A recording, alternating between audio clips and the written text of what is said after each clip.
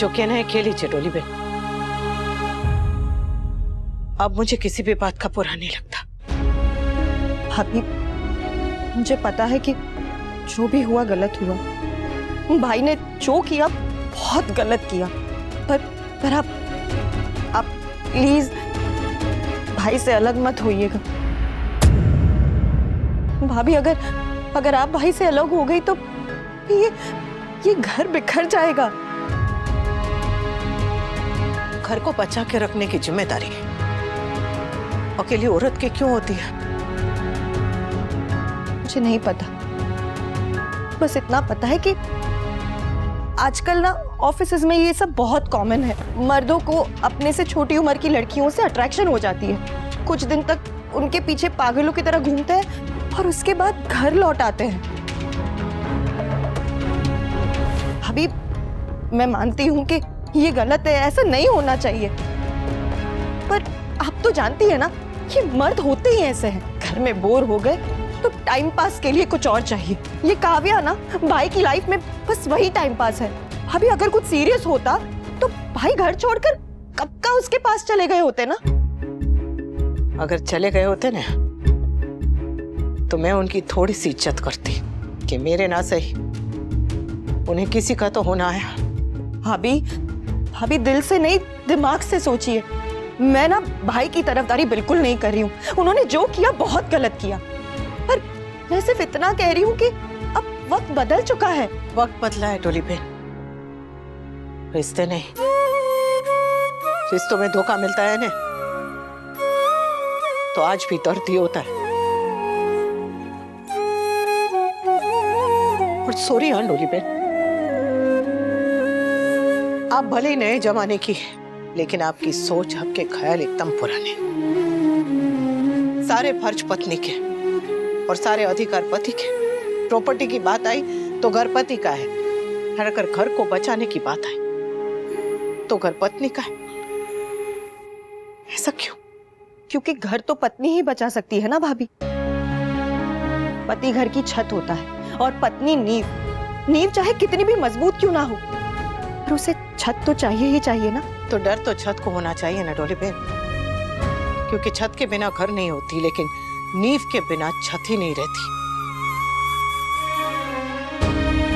अगर नींव जरा भी हिल जाए ना तो छत सीधे जमीन पे आके गिरती है।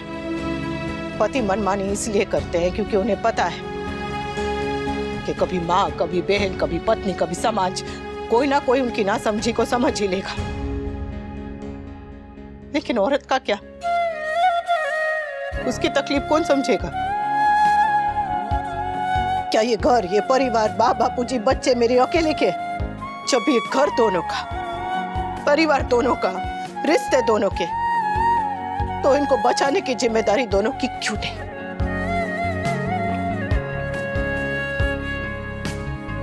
आपने हमेशा मेरा साथ दिया डोली।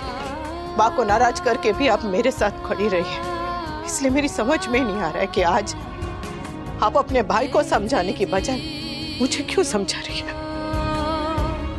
ऐसा नहीं है भाभी, आप प्लीज समझने की कोशिश तो कीजिए। समझने की जरूरत मुझे नहीं, आपके भाई को है। भाभी सही कह रही है डोली।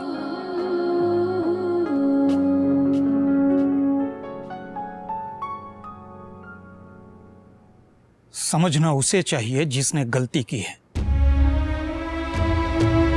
भाभी, हमेशा कहता हूं, आज फिर कह रहा हूं, चाहे जो भी हो जाए, आपका ये भाई आपके साथ है।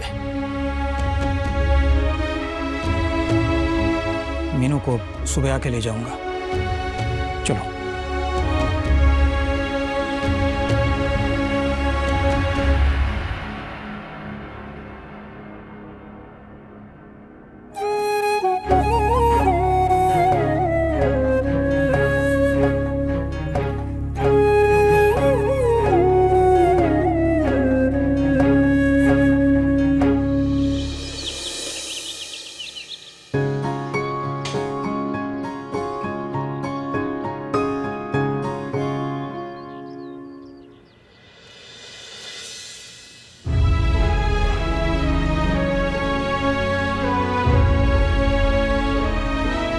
lots of love you, Miss Lord.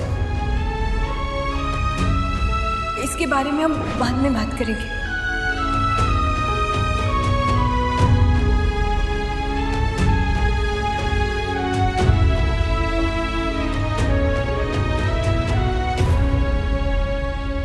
घर पर सब कैसे हैं? कुछ भी ठीक नहीं है। जितना सोचा था सिचुएशन उससे कहीं ज्यादा बिगड़ गई है। Sorry miss lol. Mister Shah की हरकतों से मैं इतना जरूर समझ गया कि आदमी को क्या नहीं करना चाहिए। मैं तुम्हारी खुशी बनना चाहता था, नहीं बन पाया, बट एटलीस्ट तुम्हारे आंसू की वजह भी नहीं बनूंगा। वी, अब तुम उस घर में ना ही रहो तो ही बेहतर है। जब उस घर में सब तुम्हें ही ब्लेम करते हैं, तुम्हें ही गलत समझ रहे हैं, देन व्हाट्स द पॉइंट? तुम एक काम करो वी, तुम अपना सामान लेके मेरे पास आ जाओ। काव्या, मेरे माँ बाप हर्ट हैं, नाराज हैं मुझसे, पर इट डजंट मीन कि वो मुझसे प्यार नहीं करते, and it does not mean कि मैं उन्हें और अपने बच्चों को छोड़ के तुम्हारे पास आ जाऊं। अब प्लीज तुम इस बात पर रिएक्ट मत करना काव्या। मैं इस समय कुछ भी सोचने समझने की हालत में नहीं। डिसीजन लेना तो बहुत दूर की बात है। इसीलिए कह रही हूँ वी, यहाँ आओगे तो क्लियरली सोच पाओगे। नहीं काव्या, मैं सिचुएशन से भागना नहीं चाहता। मैं बाप बाबूजी से बात करना चाहता हूँ। भले ही मुझे उन्हें फेस करने में शर्म आ रही हो, भले ही वो मुझसे बात ना करना चाह रहे हो, but I still have to talk to them. और मैं जब तक उनसे बात नहीं कर लेता, उनकी नाराजगी दूर नहीं कर लेता, डिसीजन लेना तो दूर, मैं सांस तक नहीं ले पाऊंगा। So please give me some time.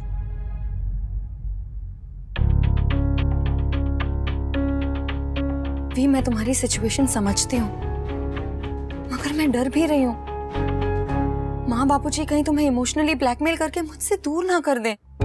मेरे लिए मेरे माँ बाप और बच्चों से बढ़ के कुछ नहीं है। काव्या अपनी जगह है, पर फैमिली फैमिली होती है, और मैं अपनी फैमिली को नहीं खोना चाहता। बेटी listen to me Kinjal, listen to me. आपने ऐसा क्यों किया? तुम्हारे लिए। अगर मेरी जगह कोई और माँ होती तो वो भी यही करती किंजल। एक माँ फिक्र करती है, तमाशा नहीं करती। आपने तो तुषु की फैमिली का तमाशा ही बना के रख दिया, मेरी फैमिली का तमाशा बना के रख दिया। तुम्हारी फैमिली नहीं है किंजल, और ना ही कभी होगी। भले ही तुषु मेरा हस्बैंड नहीं बना हो, लेकिन वो मेरी फैमिली बन चुकी है।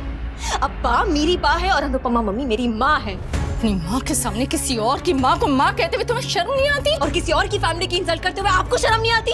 वाह, अगर तुम्हारी अनुपमा इतनी ग्रेट है तो पति के अफेयर पर चुप क्यों थी? क्योंकि उसे अपने घर की सिक्योरिटी चाहिए थी। देवी भी बना रहना है मैडम को, और सिक्योर भी रहना है। और तुम्हारा तोशु, वो क्यों चुप था? उसे तो सब कुछ पता था ना, उसी ने तुम्हें बताया था। रिमेम्बर स्पा में आई कॉट यू।